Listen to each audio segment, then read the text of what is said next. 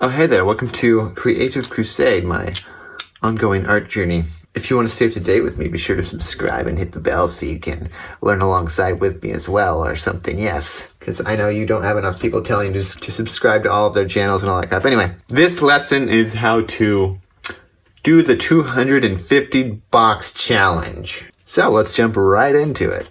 2 draw boxes. You want to be drawing them in 3-point perspective. So that means you're going to have 3 faces or 3 sides of the box facing you.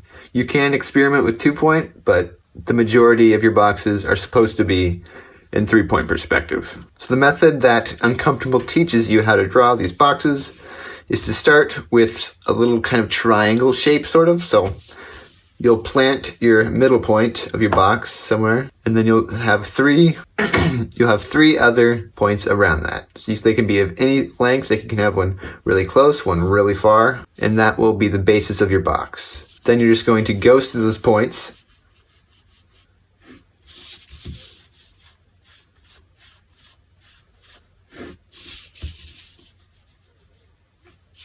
And now you have one corner of your box that's facing you.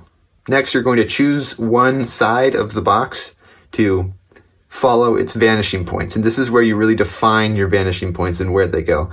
So we'll go with this one because it's a little bit easier.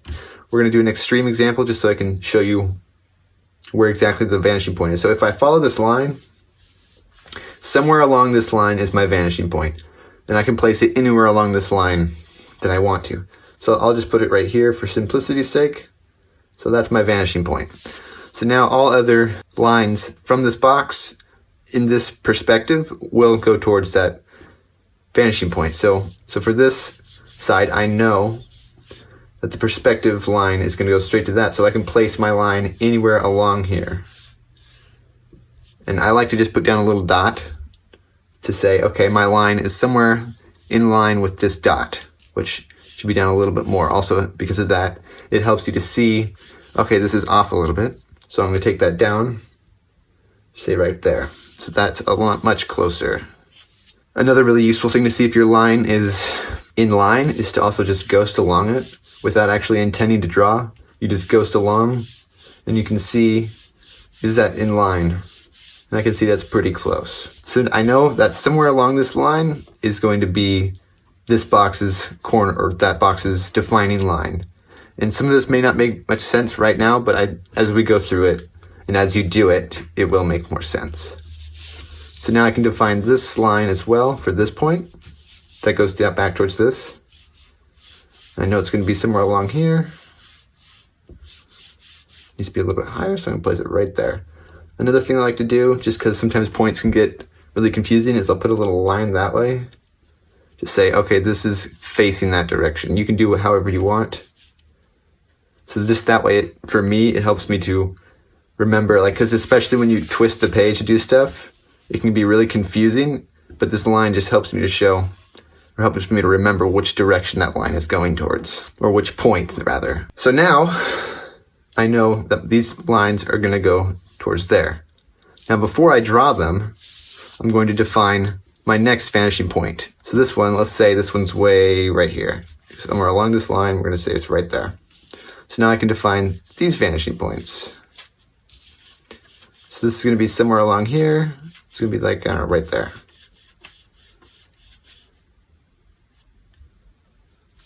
And for this line, this point up here, it's going to be somewhere, no, it's a little to the right. It's going to be somewhere along there. So now I have 2 vanishing points defined. There's one more we can define, but you only need 2 to start out with. Once you have that, I know, since I know my line from here is going to be along here, I know my other line is going to be somewhere along here. So to find that corner of your box, you're essentially triangulating 2 points to find an estimate of where that point is going to be. So it's going to be somewhere along here and somewhere along here. So for example, you're not supposed to use a ruler, but I'm doing this for just show you how I figure out this is going to be. Also, you're not supposed to use a pencil. I'm just using it for educational purposes. So I know my line's going to be somewhere along these 2 points, right? You're going to essentially, in your mind, draw these lines. And you're going to see, okay, where do these 2 points intersect? Where those 2 points intersect, right here, that is the corner of your box. Now you know where or how long these lines need to be. You know where the vanishing points are, but that's not enough. You need to know where that corner of your box is to make an accurate box. So now that I know where my corner of my box is, I can draw those lines as long as they need to be. Just right there.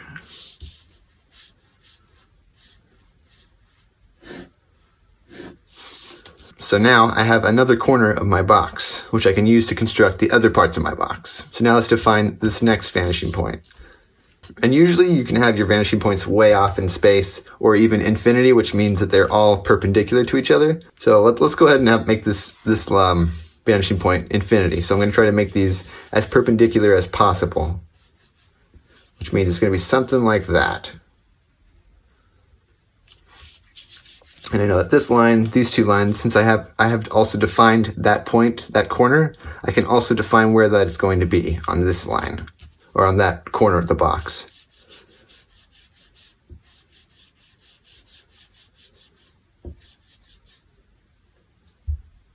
And so now that I have these points, I can see that this one, let's use the pencil again. And again, you're going to do this in your mind. You're not going to actually draw it out because you're not supposed to. You're supposed to get really good with intuition in your brain, which is a really useful skill to have. So essentially you're drawing this line in your brain, and you're going to draw this line here in your brain as well. So now I know somewhere along these 2 points is where my corner of my box is going to be. So I know my box is going to be, or my corner is going to be right there. You're going to be making estimations all the time, and you can move these points around if you think they're off. Like, this is a little bit off, so I could go ahead and just move it down. Like, it's okay to have all these points everywhere. It is a little messy, but as you go on, you'll clean it up a little. So now I can define this corner of the box.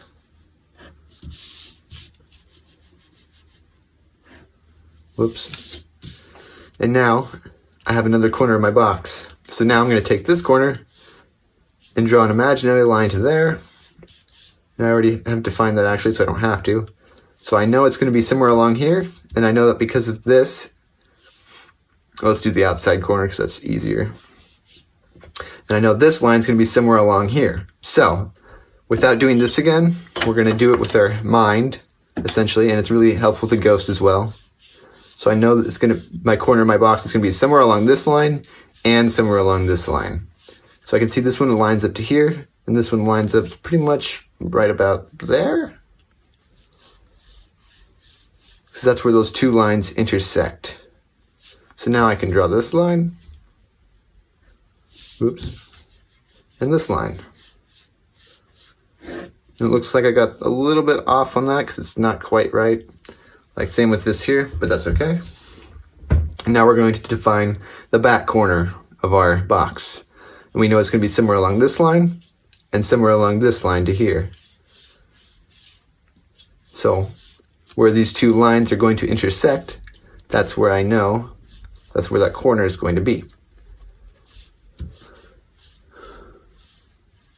It looks like this needs to be up a little bit more right about there.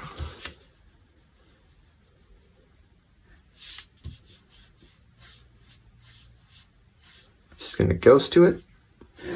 Whoops, that's kind of bad. Let's try that again. Better, okay. So that is how you draw. Oh wait, I missed one thing right there. Just going to connect that as well. That's how you draw a box. And it is a little off. You will have many boxes that are off, especially early on. It's going to be awful. You're going to hate yourself in this stupid exercise. But this is the most important exercise, I think, in all of Drawabox, because it's the most useful one to have. Now that you've finished your box, this is not a very good one, so let's actually go ahead and do a more square one. More cuboid, I should say. Just because it's a little bit easier to illustrate the next points of what I'm trying to say. Yeah, illustrate, get it? Because, you know, we're drawing it. Okay. I'll see myself out. Again, we're going to do that triangle thing again, and it can be as crazy as you want it to be, but we're just going to be, for this next one, we're going to do just a pretty normal one. It's pretty even. Maybe we'll make it a little different there. We'll connect those points. Whoops. And this time, the vanishing points are going to be way off the page. So it's going to be somewhere along this line. I'm going to have it like way down here someplace. So we're just going to say it's like right down there. And we're going to define this vanishing point as well, which is going that direction. So let's say maybe this one's a lot closer. So it's going to be somewhere along this line. And just the thing, the very first two lines you create, those are going to be the defining factors for where your vanishing point is. Because where those two lines intersect, the rest of the lines have to match in order to be accurate, if that makes sense. So I know that my corner of my box is going to be somewhere along this line and somewhere along this line. So I'm going to place a point where I think it is, right there. And then I'm going to compare that with both lines. So it looks like it's a tad bit too far that way. So I'm going to bring it in just a little bit. And that feels pretty good. So I'm just going to say that's my corner. And then connect these dots using the ghost. Whoops. Ghost a little better next time. A little wobbly, but that's okay. So now I'm going to define this point, which is going somewhere here. And what's really helpful for me to do is I'll just follow these off the page, kind of like this, and also kind of in my brain think about where that's going, and then do it with this one as well. So it kind of lets me see where exactly they intersect way off that direction. So it's going to be like, you can also make little shooting sound effects with your mouth, like it helps. It's going to be somewhere. It's going to be like way over there. So if that's the case, it's way over there. It's going to be somewhere along there, I think. That looks a little bit too in. Another way you can kind of compare your line just to see, and this kind of takes a little more intuition, so the more experience you get, you can see these, and I can tell that this is going to be a little bit too close, so I'm going to bring that out a little bit. Maybe a little more, like right there. Okay, so now I know it's going to be, my corner of my box is going to be somewhere along this line, and now I got to define this vanishing point, so it can be literally any direction, except that it's going to be, you can't do it like this. You can't define your vanishing point to be coming towards you. So that's a thing to also be wary of.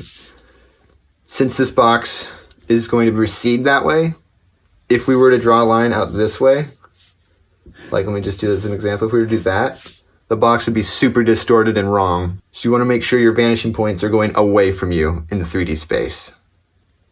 So like for this example, it would be somewhere along this way. It can be perpendicular or towards it. It cannot come away from it. Otherwise, the box is not correct in this perspective. Say it's right there. And it's going to be along this line and along that line. So I know my point is right there.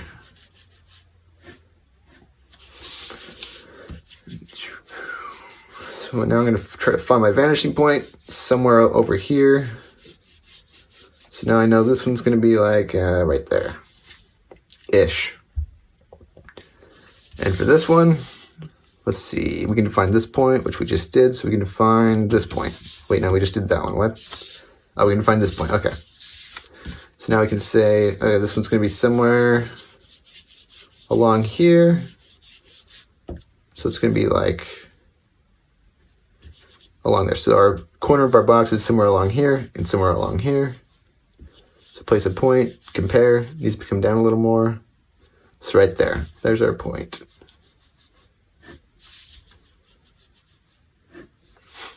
Somewhere along here, we're going to find that back point. Come in a little more. Let's find this one.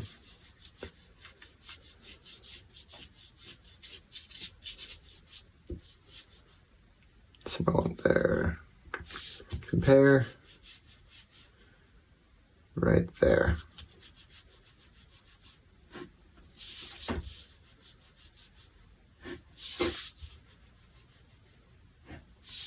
All right, so I can already tell this box is off, but the way you error check yourself, and this is the next step, once you complete a box, well, there's three things actually you can do. First off, the most important thing is, let me go grab a red pen. All right, so this is where you do need a ruler of some kind and another colored pen. It doesn't have to be red, it can be blue, pink, whatever. It just has to be different. It doesn't even have to be another color. It's just best that it is another color. So this is how you error check yourself. You're gonna go along these 2 points and try to draw it out towards that vanishing point. And you're gonna do that for each and every single line. And this one, you can already tell it's way off. But essentially we're extending these lines out. And you can tell that these 3 lines, this one, and this one, are pretty close and they're pretty all right. But this one is way off. And I found that the majority of my boxes, it's always the last one I do that is always the most off. And you'll probably find that that's the case with yours as well. Just because that's the last one you're doing, it's going to have the most errors built up to that point where it's wacky.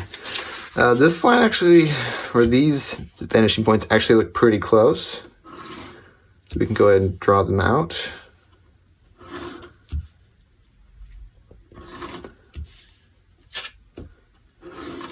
And dadgum, look at that, it's pretty close. So that's a pretty accurate perspective point right there. Now for this one, I can already tell that line's a little bit off.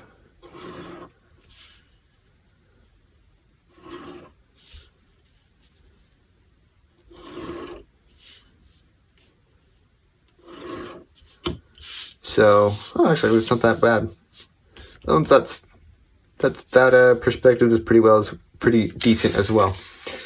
So essentially, you'll do that for every box, but you'll wait, before you error check that, you'll wait to have filled the whole page, and then you'll go ahead and error check that. Just that way, you're not cluttering up everything.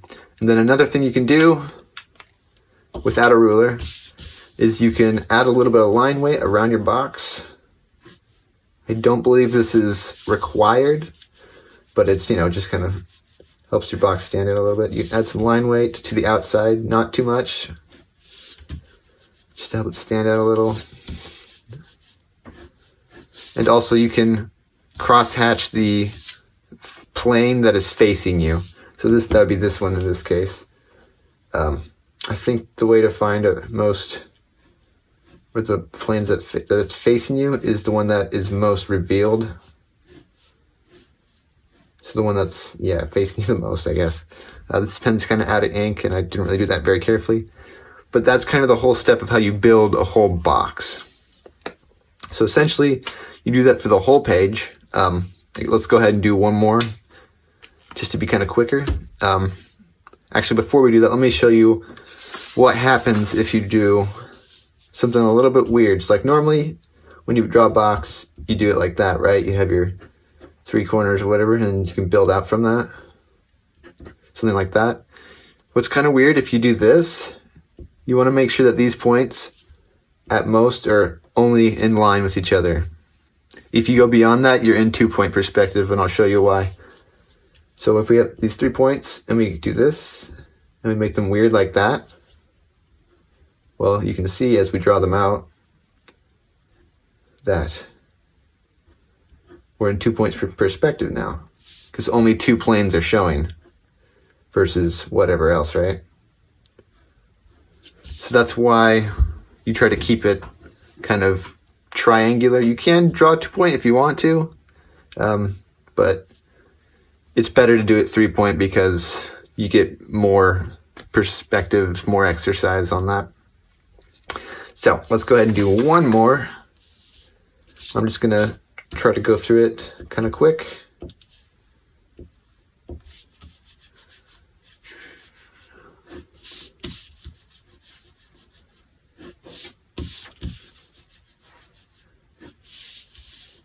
And I'm not very good at this, but I am significantly better than I was.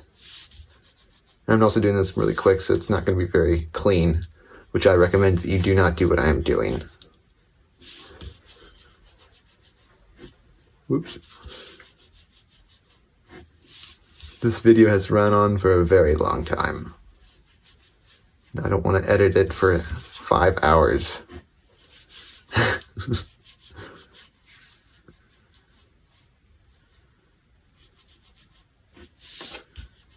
So I recommend you take care in all the boxes that you draw. Let's try to fix that again. To make them as accurate as possible. And again, you fill up your page before you error check. Then you just...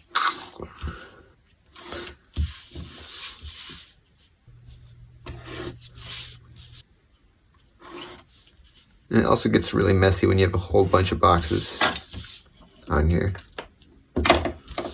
So then, go ahead and add some align weight. I'm doing this, again, very messily, so don't do it like me. Take much more care in what you do. And I know I shouldn't do this either, but yeah. All right, then I'll find the plane that's facing us, which it looks like it's this top one. It actually could be any of them. So I'm just going to try to stick with this to keep it kind of oriented, the whole page oriented correctly. So let's say this one. Something like that. You'd probably make that a little more dense, but... Oh, and another thing I like to do is